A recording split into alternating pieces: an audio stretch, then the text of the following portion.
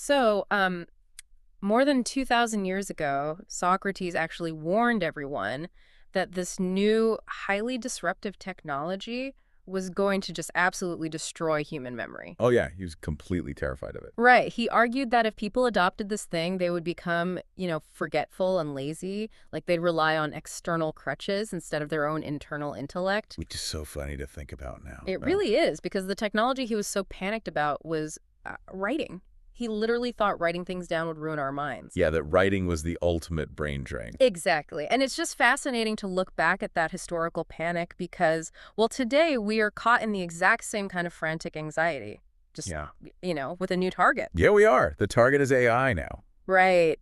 There is this pervasive, almost visceral fear right now that artificial intelligence is making us fundamentally less intelligent. Like we're constantly hearing that we're outsourcing our brains to chatbots. That we're setting ourselves up for cognitive atrophy. Yep. Yeah. Which brings us to the core of today's deep dive. We're looking at a really thought-provoking excerpt today, simply titled The Fear of AI.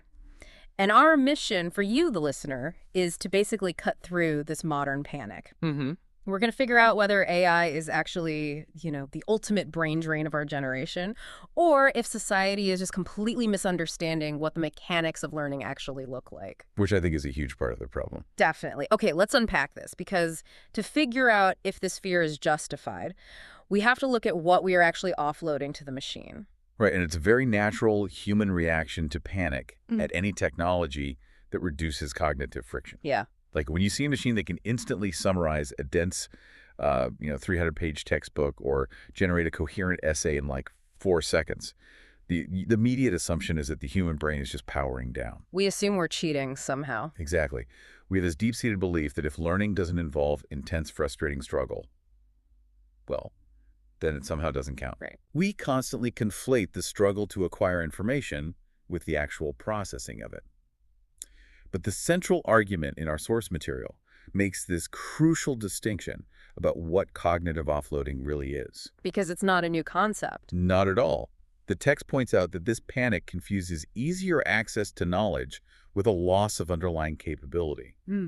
If you look back through human history, our entire trajectory as a species is built on offloading knowledge. We've never just relied on our own internal hardware, right? Never. When you don't understand something, you ask a teacher or you pull up a search engine.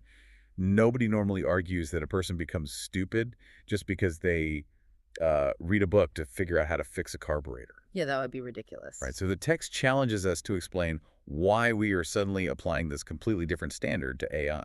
Well, I mean, I'd argue the standard is changing because the mechanism of the tool has completely fundamentally changed. It's not just a matter of degree, it's a matter of kind. How do you mean? Like if I use a traditional search engine, I am offloading the storage and retrieval of data. I'm just asking a system to find me a document, but I still have to read it and synthesize it myself. Right. You still have to do the heavy lifting of understanding it. Exactly. If I don't understand the jargon in the document, Google can't help me.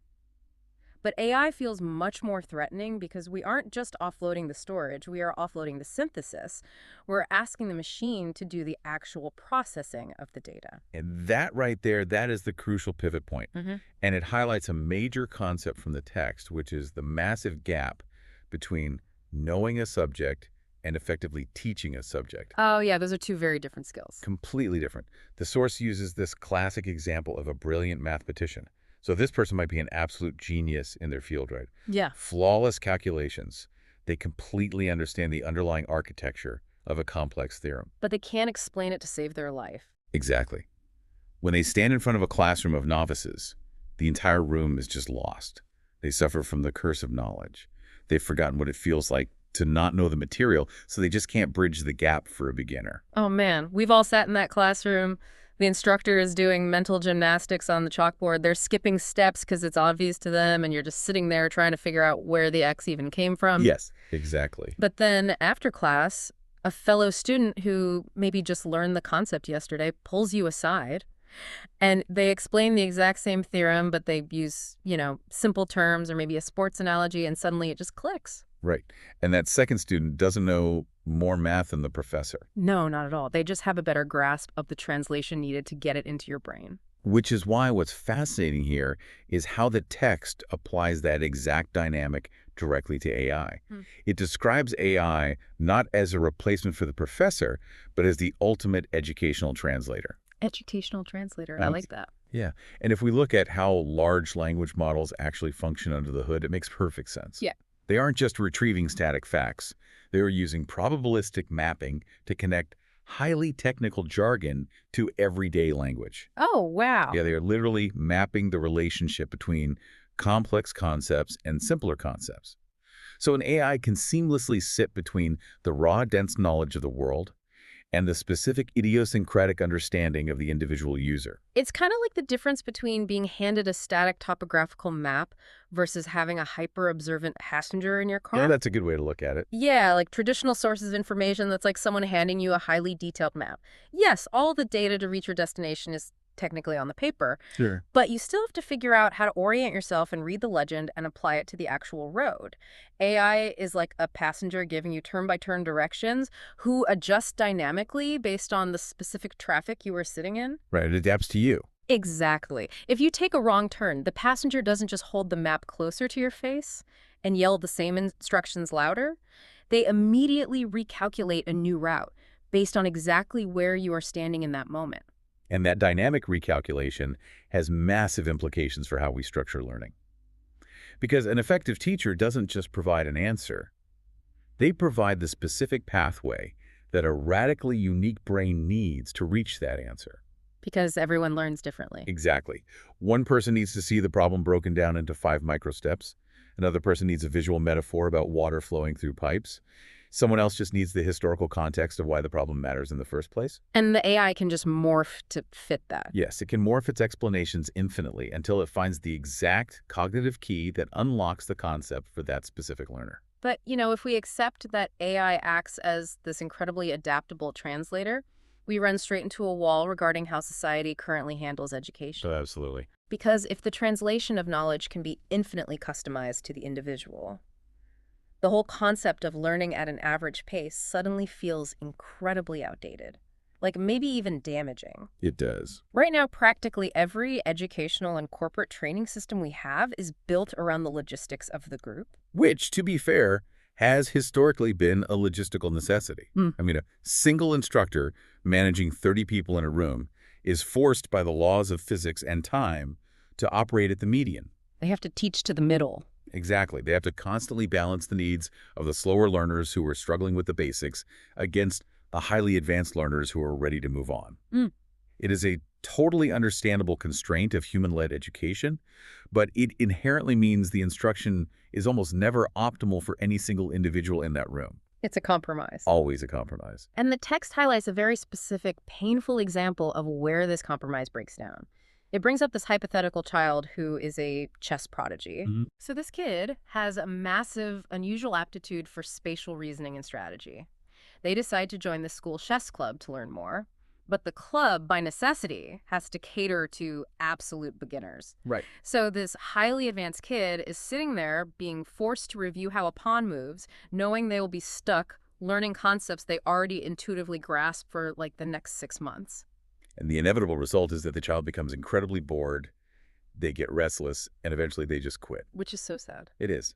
But the vital point the text makes here is how society usually interprets that failure. We often label that child as lacking discipline or having a short attention span. Like it's their fault. Exactly. But the text argues it's actually a severe lack of intellectual challenge. The educational system around them is strictly tethered to the pace of the majority, but that specific individual's brain is literally starving for friction. Okay, but I have to push back a little bit on the idea that this is purely a flaw in the system. Because isn't there an inherent, almost hidden value in the friction of the group dynamic itself? That's a fair question. Like, I worry that if we hand everyone this perfect, frictionless AI tutor and everyone just retreats into their own highly customized, perfectly paced little bubbles, we lose something critical. You mean like the social aspect? Yeah, we lose the shared grit of struggling through hard material alongside other people. We lose the soft skills of having to be patient and help a peer who doesn't understand something that you do. That's a highly relevant concern, especially when we look at the social development of a learner. But it's important to clarify that the source text isn't arguing for the total eradication of human teachers or the dismantling of the classroom. Okay, so they aren't saying to just isolate everyone. No, not at all. Group environments will always have immense social, collaborative, and developmental value. What the text suggests is that AI provides an unparalleled avenue for self-directive education that works in tandem with those environments. Oh, I see. Yet a capable mind shouldn't be penalized or forced to stagnate simply because the aggregate group hasn't caught up. That advanced learner can still participate in the social fabric of the club while simultaneously using an AI on their own time to study deep grandmaster variations that no one else in the room is ready for. So it really comes down to the underlying intention of the person using the tool. It's that sharp distinction between using technology to bypass effort versus using technology to access a deeper, more profound level of effort. Yes, that distinction is the crux of the entire argument. The text draws a very hard line between two types of users. Right. On one side, you have a student who asks an AI to write a 10-page history essay on a book they never bothered to read. Right, that's just cheating. Exactly. That is a clear, undeniable avoidance of education. But on the other side, you have a student who reads the material, they understand the baseline lesson perfectly, and then they use the AI to aggressively interrogate the historical context. Asking for counter-arguments to the author's claims and things like that. Yes. That second student is actively hunting for greater cognitive challenge. AI isn't replacing their intelligence. It is providing the exact level of resistance their intelligence requires to grow completely untethered from the median pace of their peers. And untethering education from the group doesn't just benefit the high achievers who are bored. It brings up an aspect of the text that I found incredibly compelling, which deals with the emotional and psychological burden of learning. The vulnerability of it. Exactly. Okay. Because learning isn't just a cold mechanical process of data transfer. It is a highly vulnerable social performance. There is a massive psychological stigma attached to not understanding something when everyone around you seems to get it. Oh, the fear of looking foolish is arguably the single greatest barrier to human learning. Oh, absolutely. You see this everywhere, from a middle school science class to a high-stakes corporate boardroom. People will sit in complete silence when a confusing topic is presented because they are terrified of being the only one who doesn't understand. They worry their question will reveal them as an imposter. Exactly. The child stays quiet because they don't want to be mocked by their classmates. The adult stays quiet because they assume everyone else in the meeting understood the financial projection, and asking for clarification would damage their professional reputation. It is wild how often people will just sit there nodding along with absolute conviction, pretending to synthesize the information while being completely lost in the woods, purely to avoid the temporary embarrassment of admitting they don't know something. Which is deeply ironic because the text makes a rather profound assertion here. It says, true functional intelligence almost always begins with a vulnerable willingness to say, I do not know what that means. Please explain it. Wow, yeah. Pretending to understand is the antithesis of intelligence. It's just an ego defense mechanism that stops learning in its tracks. Well, here's where it gets really interesting. AI completely removes the audience from the equation. Yes, it does. It removes the judgmental eyes of the classroom and the silent judgment of the boardroom. It essentially functions as a judgment-free confession booth for your intellect. Love that phrase. Right, like you can sit in the privacy of your own home and type into a prompt, I have no idea what step 2 means, and the AI explains it. If you still don't get it, you can command it to explain it to me using simpler language. And you can do that over and over again. Exactly. You can do that 10, 15 times in a row. You can say, show me a completely different method, or give me a practical example. If you try to do that with a human teacher, constantly stopping the momentum of 30 other people to ask the exact same foundational question a dozen times, The social pressure would obliterate you. yes, you would just stop asking. But the machine has no ego. It has no time constraints and infinite patience. And if we think about who benefits the most from that infinite patience, the implications are staggering. I mean, this is an absolute game changer for people who have historically fallen through the cracks of traditional education. Like who specifically? Well, it is a lifeline for individuals facing language barriers, for example, who need high-level concepts translated or culturally contextualized. It's revolutionary for neurodivergent individuals who process information differently, and require non-traditional, highly specific structural explanations. That makes so much sense. AI effectively democratizes the kind of extreme personalized patience that used to be the exclusive privilege of those who could afford elite one-on-one private tutors. Okay, so if we establish that AI is this incredibly powerful, infinitely patient, highly accessible super tutor that perfectly maps to our individual cognitive needs, we have to ask, where is the actual danger? Right. Why is the anxiety surrounding this technology so loud and persistent? Is society just manufacturing a panic out of a resistance to change, or is there a legitimate structural threat here? Oh, the threat is absolutely real. But the text argues that the vulnerability doesn't lie within the technology itself. The vulnerability lies entirely in the methodology of the human using it. In the methodology. Right. The text briefly touches on the old calculator debate from the 1980s as a historical parallel, but the mechanism with AI is far more complex. Because a calculator is just a rigid tool. Exactly. If you use it to bypass learning how numbers relate to one another, your basic arithmetic skills will suffer.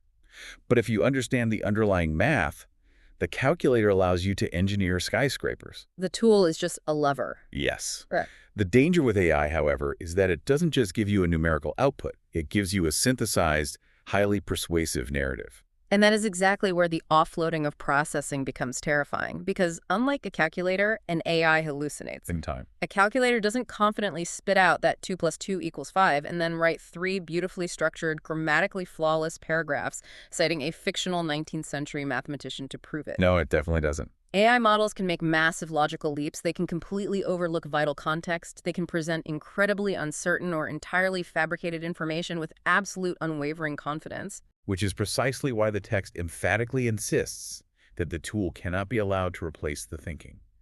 The synthesis the AI provides must be treated as a draft, not gospel. So what does this all mean for the user? Are we just setting ourselves up to swap one terrible habit for another? How do you mean? Like, are we migrating from blindly trusting an outdated textbook to blindly trusting a highly articulate, occasionally hallucinatory chatbot?